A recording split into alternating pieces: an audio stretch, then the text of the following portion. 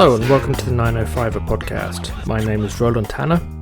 I am Joel McLeod. If you live outside Burlington, you might be surprised to learn that a political battle has been underway in the city for over a decade now. It's a battle that's been astonishingly vitriolic at times, with deeply personal grudges and deeply held animosities.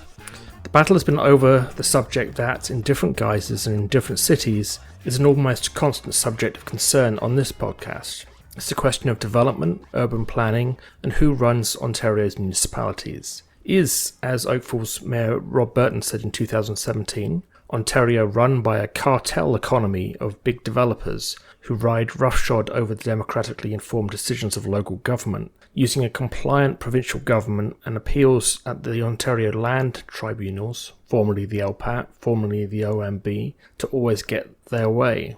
Or are the cities too narrow-minded and parochial, with the province playing a necessary role to ensure growth and density are achieved? In Burlington, the debate has focused primarily on the city's downtown and waterfront. Current Mayor Marianne Meed Ward built her political career as the champion of those who want to stop what has been called overdevelopment.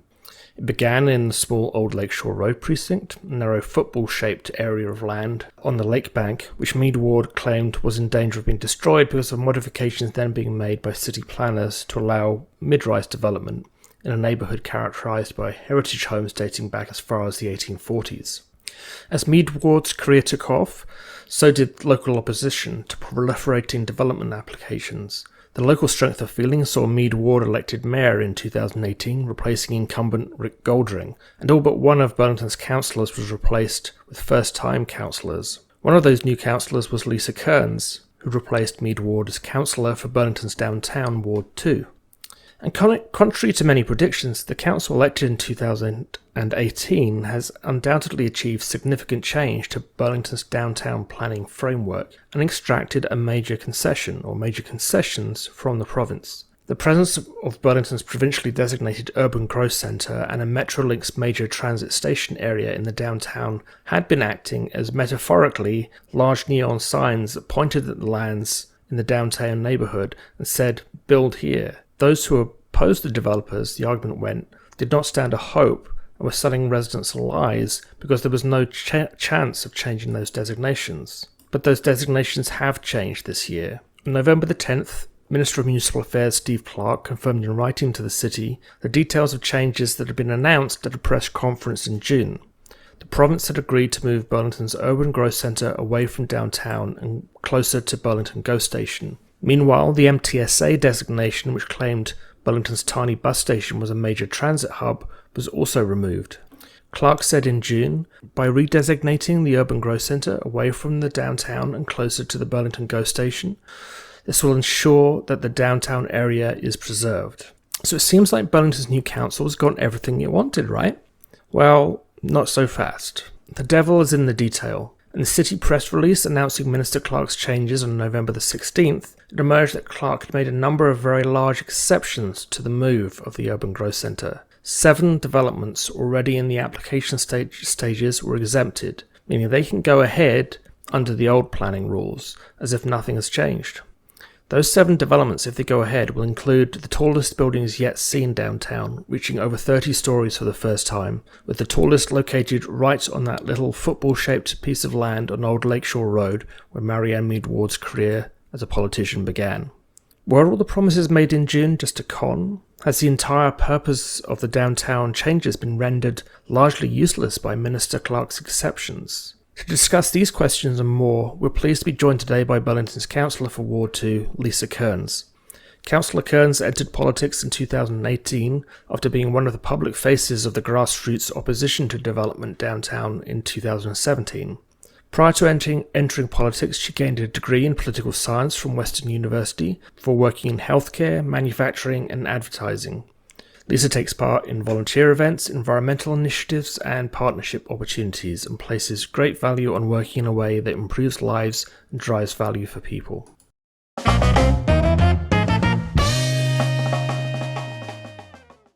Welcome, Councillor Lisa Kearns, to the 905er podcast. Really great to have you on today. Thanks, so glad to be here.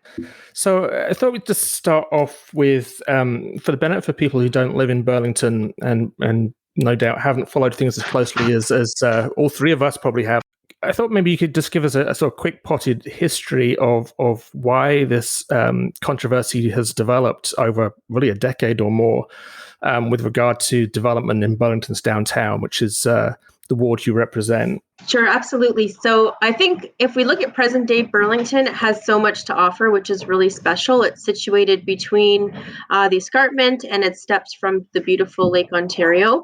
And really what's helped to characterize downtown Burlington is an eclectic mix of shops and shop owners and people who live and work and play in and amongst their community. And I think at the core of it, it's really about preserving some of that character while also welcoming some sensible growth. And with some of the onslaughts of the developments that, I'll use the community's terms, feel a lot like over-intensification or overdevelopment, folks really got their backs up when they started learning about some of the planning processes that are undertaken to help shape growth in a city, like an official plan and provincial policies. And that's when people really wanted to become much more involved and wanted to help be part of shaping the way in which Burlington is going to grow, but also importantly, maintaining and preserving the things that they value. And there's a whole list that the city's put together, from heritage to eclectic shops to low scale development, and protection to the access to the lake has been really important things. And we want to see development that respects those things that our community members value. I mean, and I guess that the traditional, and we'll get into the details of what's happened in recent weeks in a few minutes, but I guess the traditional pushback against that has been, this my least favorite word in the English language, which is this is the NIMBY problem, that people just don't like change, and we need to have new homes, we need to have new development, and this is just local people opposing that. But what do you say to that claim that's often made, just so we can get it out of the way right at the start? So I really don't think that it's a helpful part of any conversation to be calling folks NIMBYs or YIMBYs. I think that there really hasn't been a pure opposition to welcoming new residents into the Burlington community, but I think there has certainly been some opposition and pushback around things that don't really feel compatible. I think that came to a tipping point when 23 stories was approved by previous city council, kind of right in the heart of downtown. And that's where those types of words started coming into our community's voice, saying, NIMBY, YIMBY, yes or no to development. But really, this was just the first strike of development that wasn't being seen as compatible for the community. And what? So obviously, in recent weeks, we've had we had the press conference with the Minister of Municipal Affairs and the local MP Jamie McKenna and the Mayor Marianne Ward and yourself, and then last Friday, I believe, an announcement from the province about the Urban Growth Centre. Can you just explain what that's all about? What's been decided with the Urban Growth Centre and what your feelings are about where that positions Burlington going forward?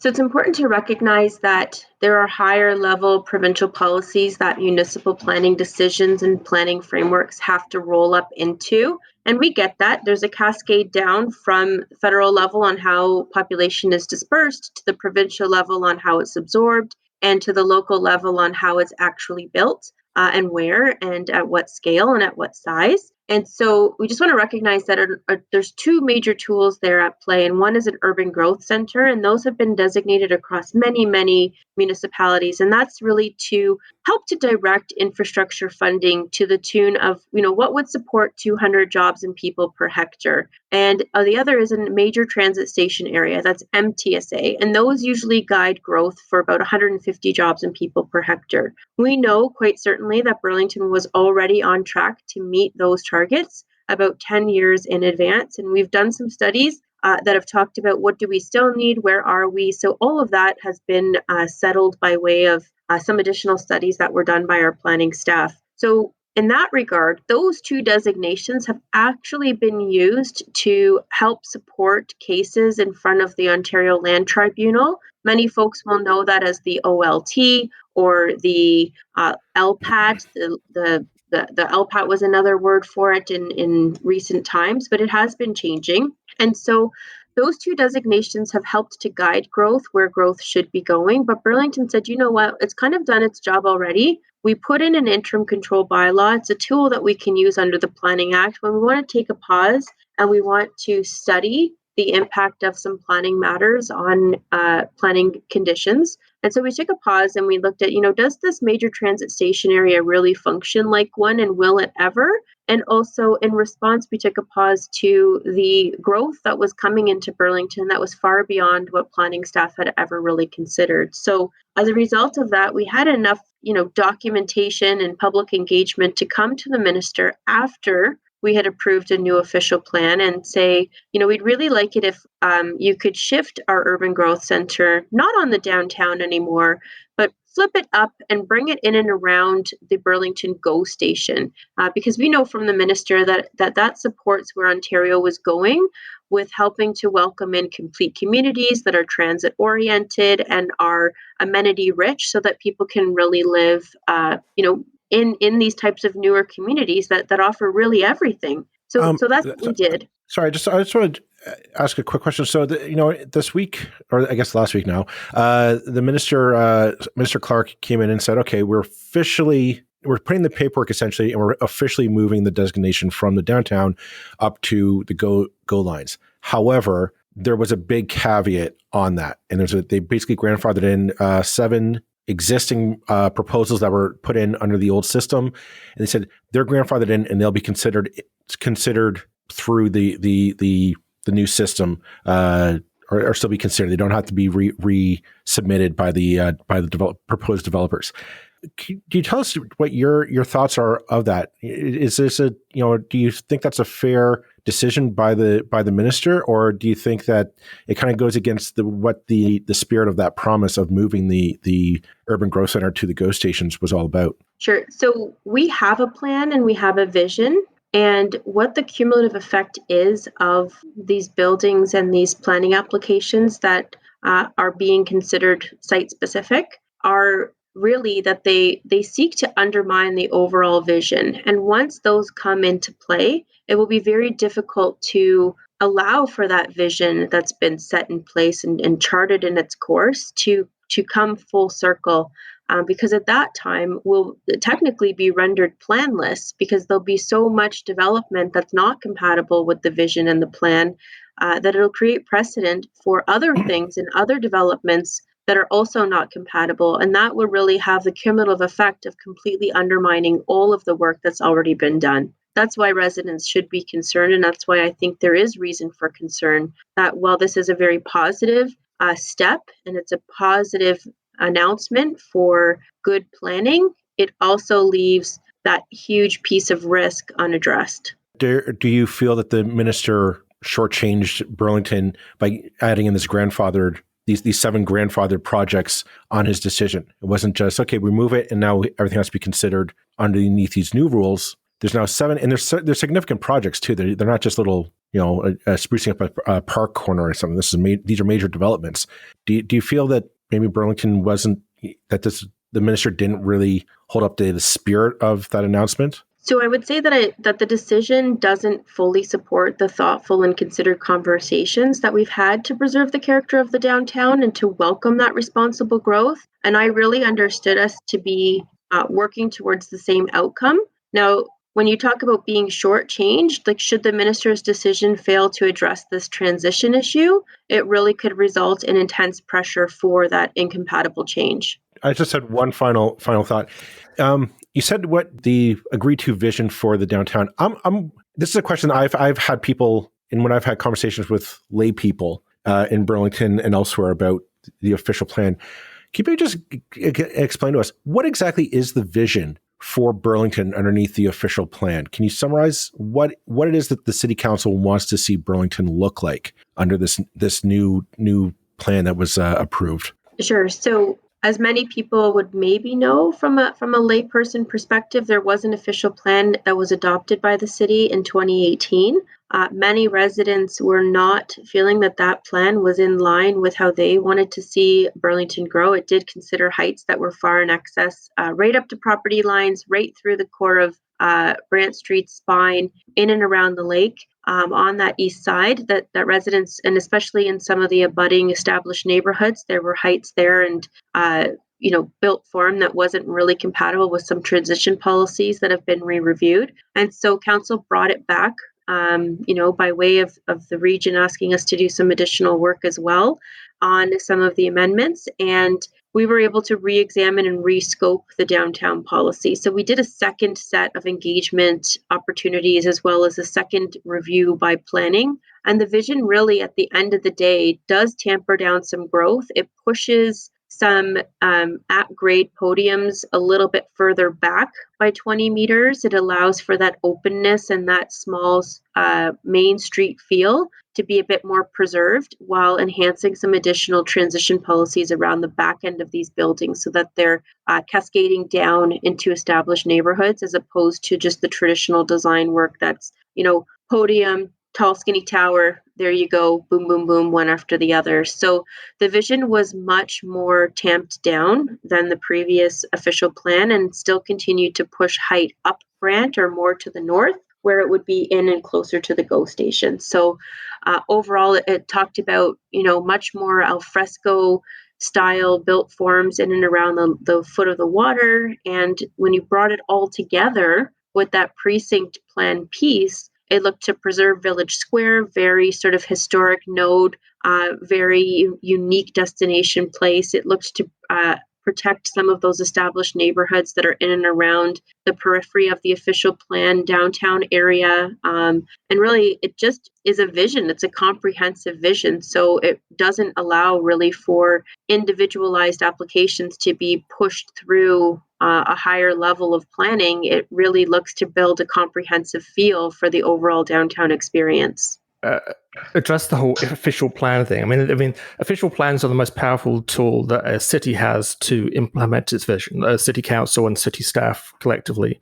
The problem is that the rest of the world appears to view official plans as a starting point for a discussion and little more than that. So obviously, in recent weeks, we've had the development at Pearl Street and Lakeshore come forward, which, in all the different versions of the official plans that have been sort of submitted and gone through the process in recent years, was nowhere near the height that's just been allowed by the OLT. I mean, I guess it comes back to the simple question: is it basically that municipal councils do not really have control over development anymore, particularly in their downtowns, particularly in areas which are most desirable to the major developers? That you can. I mean, I know how hard the staff work. I know how hard councillors work, drawing all this stuff up, discussing it for years on end, going through the process, getting it approved at the region, getting it approved at the province. And then the very first thing that comes to OLT, you might as well just throw it all in the garbage because they're going to do what the hell they want anyway. And, you say 17, the developer says 29, developer gets 29. Is that an unfair sort of characterization of the way things work in municipal government? So to start back with the official plan, the way I see an official plan is a covenant between the community, the constituents, and their local government. So you're asked for your feedback, you're asked for your input, you're asked to come and delegate, you're asked to help shape the future, you're asked to come to workshops, and then all of the stakeholders are considered, law is considered, best planning is considered, and then you end up with an official plan. What we have in Ontario is an Ontario Land Tribunal that is unlike any other and has delivered a series of blows now to Burlington, the first being the Addy decision at 374 Martha, which made the way for a 26-story building at the foot of the lake. Lots of opposition there, very vocal opposition. And the basis of the tribunal's decision was, in fact, that major transit station area, which was believed at the time to be, a transit supportive development and therefore should be allowed. In response, the city of Burlington helped to sign on to a motion at the region of Halton calling for the province to abolish the land tribunal or the OMB or the LPAT, whatever you'd like to call it, and to put more authority back in the hands of municipalities so that they could carry out what, again, I believe is a covenant between the community and the city on how their city should grow. And, it's important to recognize, we do have best planning estimates to meet and targets to achieve and growth to welcome, but that doesn't mean it's a free-for-all. for anything that any developer can imagine up. And we're seeing that happen with one of the sites that are being grandfathered in, and I'm going to use that term very loosely, at 30 and 35 stories at the foot of Brent and Lakeshore, where we currently have a very low story hotel. And this is now coming in as something that's also very alarming to the community, because it's going to wall off access to the lake. And there's probably going to be little chance for the city to help to shape that, knowing how powerful the land tribunal can be in making planning decisions for the city. So we'll come back to the kind of larger OLT problem in a second, but and I guess if that development, my feeling kind of is if that development at what used to be the Waterfront Hotel or the Travel Lodge, some people will know it as, at one time when I came to Burlington not that long ago, in sort of 2003-4, it was kind of the only building on that side of the road so that was the only thing, and it's a low-rise building that would kind of block your view from Lakeshore Road off the lake.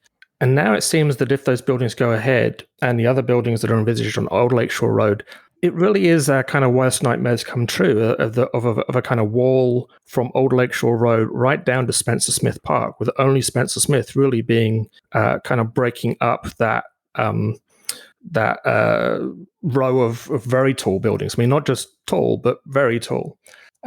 And again, this isn't directed as a criticism of you or anybody. Who's really, it's quite the opposite. It's that kind of element of powerlessness that all the democracy, I feel, is on the side of the municipality. The municipality is elected by people who you consult, who you work with. You go through all this process, and then we get the buildings anyway. Do you agree with? I mean, you've already kind of said that the OLT should be abolished or reshaped. Why isn't that a much bigger issue at the province or at a provincial level, that we hear about it constantly in local news, and whether council is delivering on promises and blah, blah, blah, when it seems to me that, you're doing what you can, but you're constantly running up against this brick wall of the province and the OLT that just throw a kind of hand grenade into everything. We've put our advocacy forward in the right way to put our advocacy forward. We did it by way of a unanimous resolution at Halton Region. I mean, that's representing 550, almost 600,000 residents with a unanimous voice. So I would think it's incumbent upon the current government to hear those voices. And I have to believe that with the inevitable response that we'll start to hear from community members when they learn more about some of the developments that are coming forward for Burlington, they will likely make it a very vocal issue in the months to come. We have done what we are to do from a city perspective. We try to work very closely and collaboratively with our upper level partners. We go to Association of Municipalities. It's a great forum where we're able to dialogue and delegate with that level at the province. And I think Burlington has really made its intentions known. There should be no surprise to anyone out there that Burlington wants its planning authorities. Burlington wants much more sensible growth here. And we want the urban growth center shifted and the MTSA removed. And we want to shift some growth over to those Go stations and create the complete communities that are transit oriented and amenity rich. I wanted to chime in on a kind of something that's popped in my head, and it's something we talked about in the last episode between Roland and myself. Is that the game seems to be stacked against municipalities in Ontario, and this isn't a situation centered just on Burlington or really Halton Region. It's really the entire 905 region. And the example I'll give is developers have a different argument here in Burlington. Here in Burlington, they'll come and say, you need more intensification. You need higher buildings, more stories. We need to build higher, better, stronger. That's their argument. Yet next door in Hamilton, different region, different rules. They say, no, we can't build up in Hamilton. We need to preserve the heritage of the downtown in Hamilton. We need to build out. There's all this white belt, untapped farmland in Hamilton. We need to build that. And my question is, or my statement is more just this divide and conquer mentality between developers and the cities, because the cities really don't have any power or any real legislative power to say, no, we're stopping it here. because it all goes back to the province at the end of the day. They go to the OLT or the OMB, whatever the change will be next year, whatever the title will be, and that's ultimately where they go. So they play this divide and conquer game between the municipalities.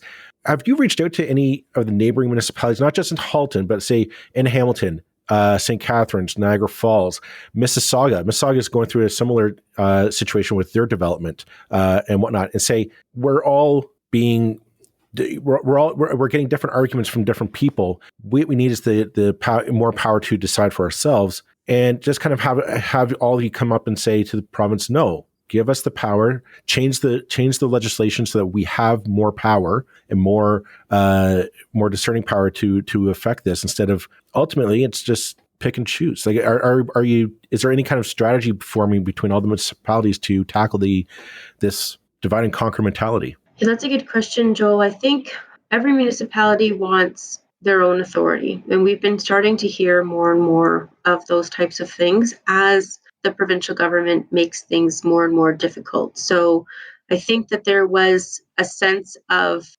relief, or I don't know, an approach that might be a little bit more equitable. Like, let's not forget that the odds are stacked at the tribunal against the municipalities, and even more so against residents. So recent changes have actually squeezed out residents from participating in proceedings, which to me, I'll leave it to Roland if you want to comment on democracy, but I find that very difficult when there's three real players here at the table each time. One is the community, one is the development community, and one is the municipality. And one of those voices has effectively been squeezed out.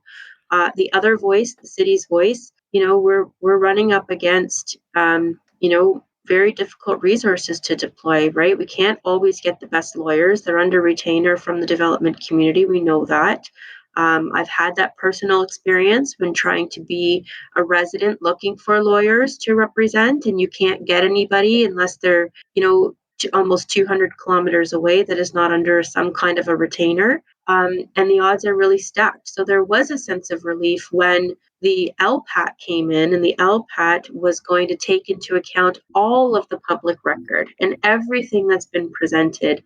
And the flip over to sort of, I think it was called an OMB and then an OLT, I feel like the letters don't even really matter because they still do the same thing, and they just deliver a de novo hearing. A de novo hearing counsel evidence at the moment in time that the evidence is presented. We know, though, that planning files have lots of dynamics associated with them. And I think that's what municipalities are calling on, is to hear the whole story, hear exactly why this matters, and then make a balanced decision. And I certainly think there can be a place for checks and balances. Like, we don't want the flip side where a community could find an extremely development-friendly council that would usher in so much growth that infrastructure would be pushed into a dangerous position, right? We don't want the other side, and we don't, I think, want municipalities that say no to absolutely everything. Burlington's been very clear that it will welcome growth that's sensible and compatible, and that's not what we're seeing. And that's why there's been so much pushback. So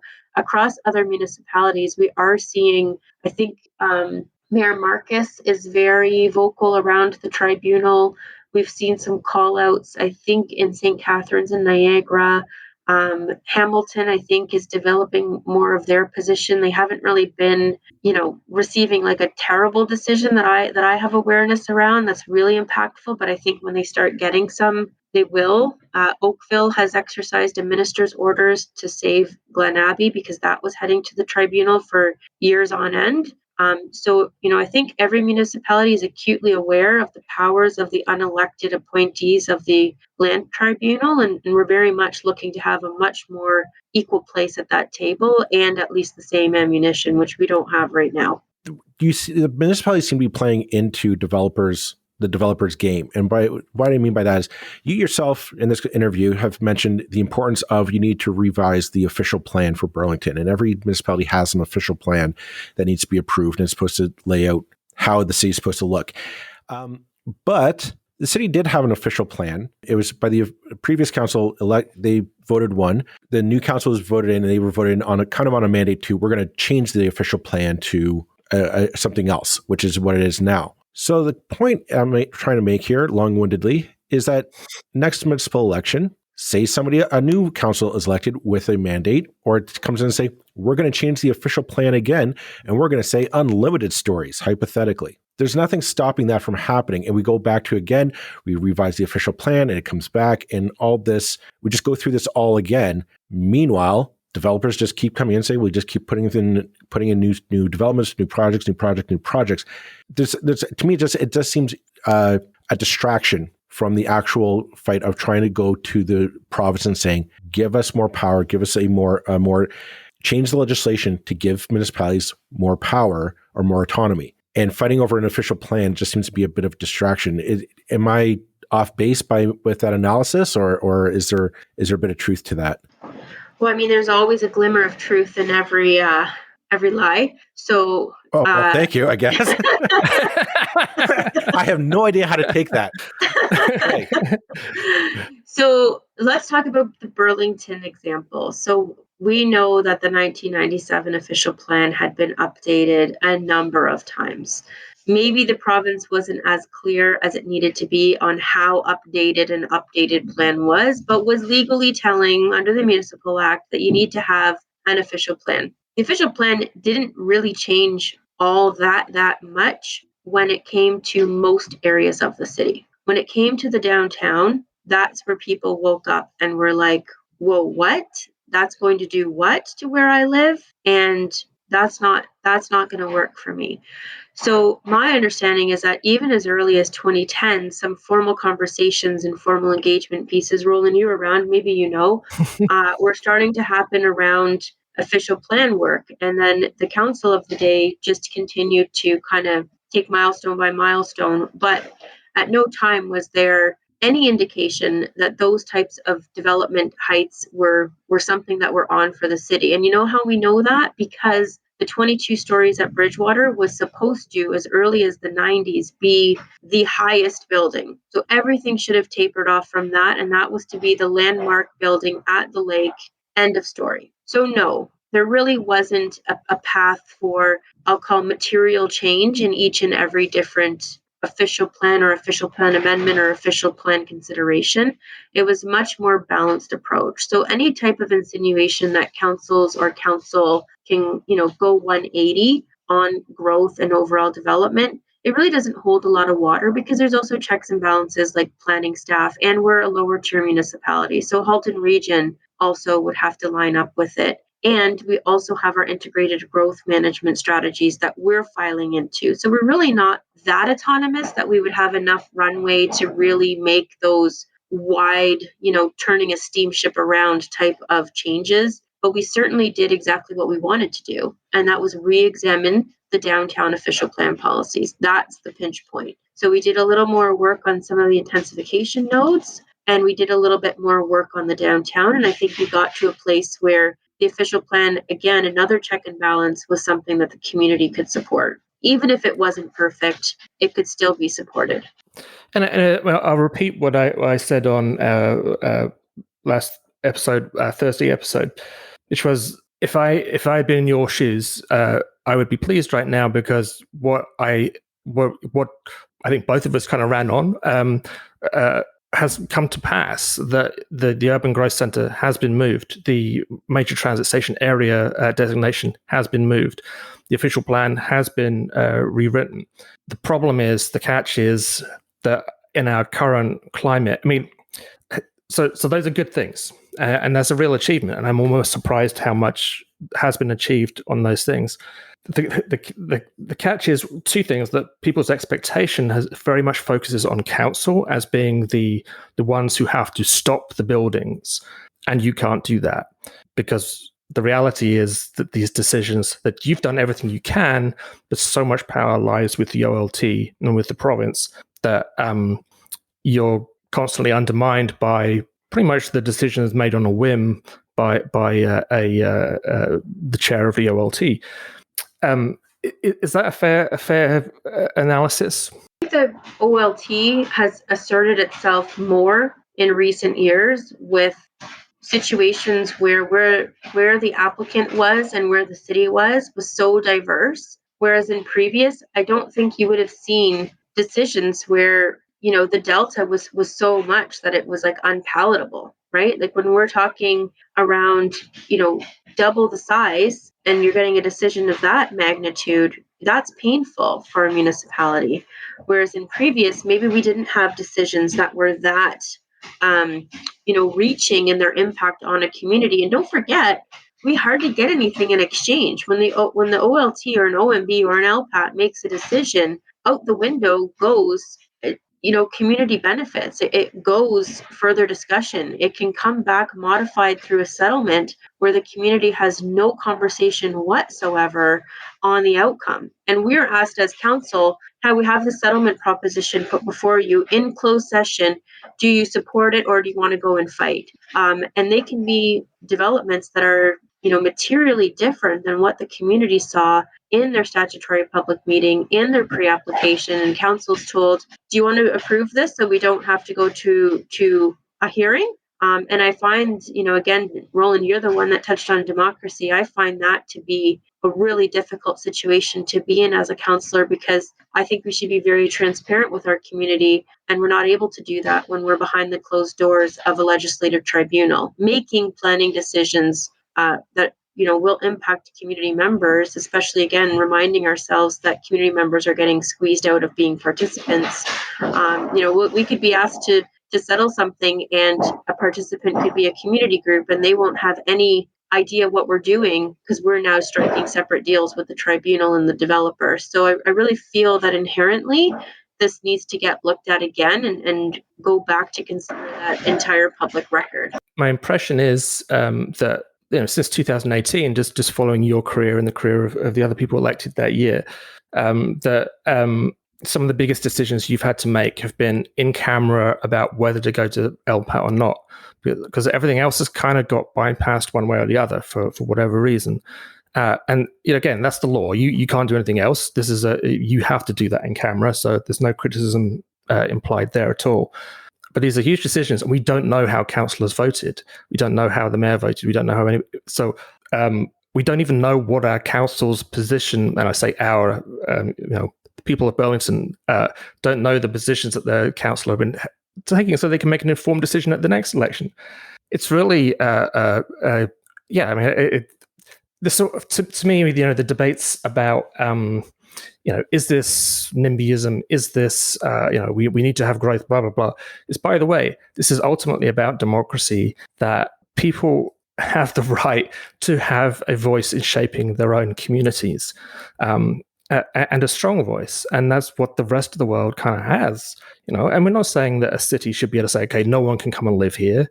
We're not saying that a city should be able to just, close the door, or, have kind of ridiculous levels of control over what's built where. But ultimately that vision, they should be able to have a strong vision that is built in collaboration with residents, that has an excellent chance of actually coming into being. And it's it's a tough job that you have to do in this current climate, and it's difficult to. I don't envy you. Let's put it that way. Anyway, So I think you make an excellent point around the community, and you use the terms NIMBY and by counterpart YIMBY early on. I've heard now hundreds of delegations and given a dozen. What I have only heard is really thoughtful, considered dialogue. I mean, you always get the outliers one way or the other, but I've heard really thoughtful dialogue around how can this be made better to work within our community. I've heard people say, I get that we need to grow, but I'd like to see better setbacks, or I get that we need to grow, but that's just too much because of the shadowing and the wind impacts. I think that the Burlington community has become really evolved on planning and planning matters, and our speaking planners speak. I know so many residents that are actually getting in there and diving into planning justification reports, quoting them in delegations. This really isn't by any stretch of the imagination a superficial concern. This is people who are genuinely ready to put in the time, ready to learn, and ready to work for how they can help shape their community by preserving those. There's a list of 13 values that were being considered in that re-examined downtown work. And when we look at what those values are and put each development up against those values, that's where the community wants to see development line up into. So there really isn't a no nothing. It's yes, but how is this going to enhance what we have and preserve what we value? So I really feel that the community should be commended, and they should have a line into those dialogues that are happening at the tribunal, and we can't talk about them. They're blocked. Well, anything that's in legislation is blocked. I have one final question that I want to ask you, Councillor. Do developers in the development industry have a seat at the table in Burlington to plan what the next, let's say, 10 years of Burlington is going to look like? Like, if you were to sit down and say, okay, let's sit down, the people, the group of citizens, some of the councillors sit down, would the development industry, in one way or another, have a seat at that table to actually kind of say, how do we develop? What do we need? What needs need to be met? What do people want to see? And what can the development industry provide? Is that possible going forward? Yeah, that's absolutely happening. So I also believe in an equitable seat. I don't think that anyone should get a special seat at the table. I think that all those stakeholders should be treated equitably, whether it's someone who's very interested in climate adaptation, whether it's someone from the development community, whether it's a NIMBY, a YIMBY, whether it's somebody who's very concerned with active transportation and bike lanes, whether it's somebody that's vehemently looking to protect the waterfront. I think everyone who's a stakeholder in our community needs an equitable seat at the table. And I'm reminded of the attendance of Carriage Gate, Molinaro, some other ones who had attended those open community meetings. Roland, you were there. They happened over at the Lions Club. Workbooks were put out on tables. Community members were mixed in with members of the development community, were mixed in with local business owners.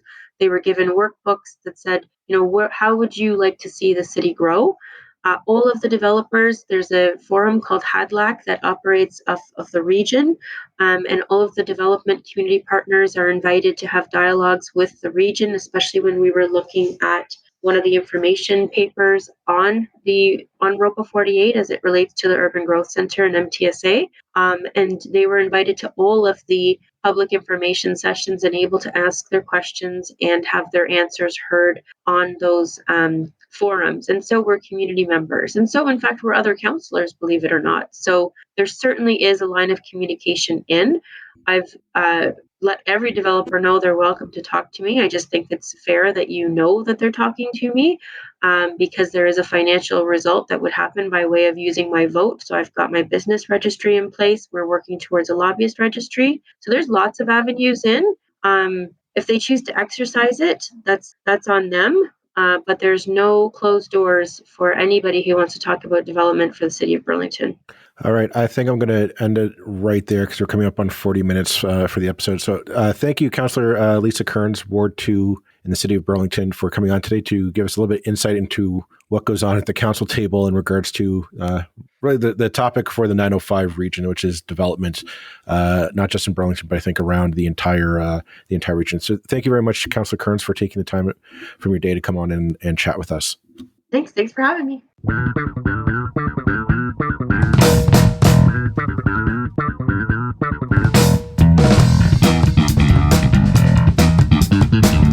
That's it for this episode of the 905er. Thank you for listening.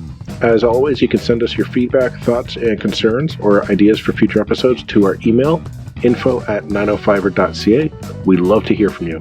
You can help us keep the 905er going by financially supporting us through Patreon as well as PayPal. Visit us at 905er.ca and click on the support tab. As well, links are in the show notes for your convenience. Lastly, you can find us on social media. Search for _905er on Facebook, Twitter, Instagram, and LinkedIn. So long for now. See you next time.